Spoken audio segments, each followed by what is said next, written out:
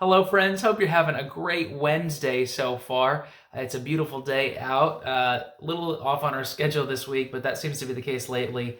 The days are packed. So, all good things happening. A lot of things coming down the pipeline that I can't wait to share with you all. We are working our way through the Psalms over the next few weeks to couple of months, depending on how long this takes. The first book of Psalms, to be specific.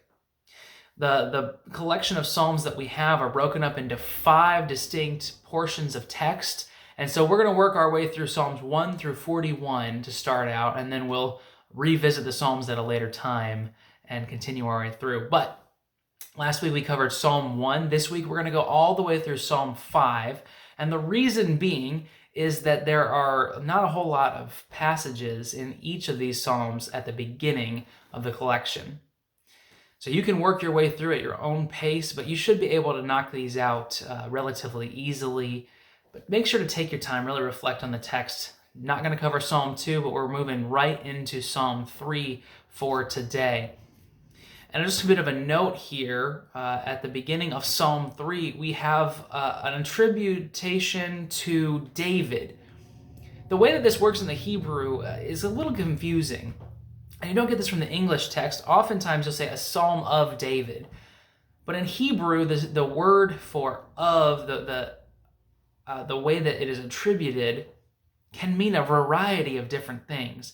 It doesn't always mean that it was written by David. It could mean for David, about David, concerning David, or it could have been written by David, who many psalms are attributed to, because there are so many with this note at the beginning.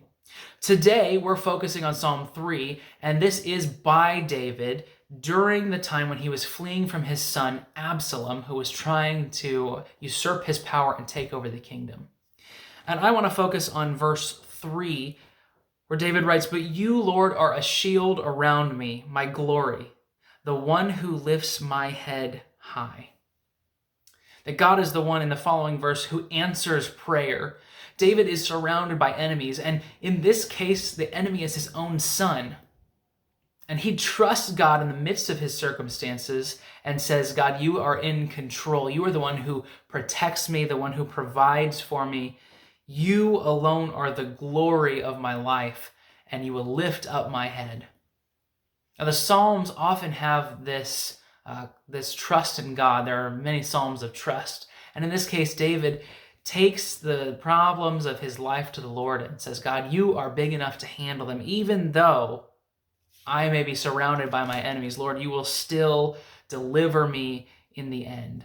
The last verse of the Psalm says, "From the Lord comes deliverance. May your blessing be on your people." And so I don't know what you're facing in your life right now, but how can you choose to trust God, to lift your eyes to the Lord, who is your shield and protector?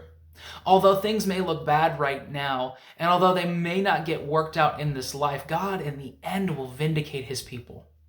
Those who trust in the Lord in the end, on the day of judgment, will be proved to be faithful, and God will win out in the end. So even if things look bad right now, even if you're going through the ringer and life has thrown everything it can at you, trust that God is your protector and provider in this moment.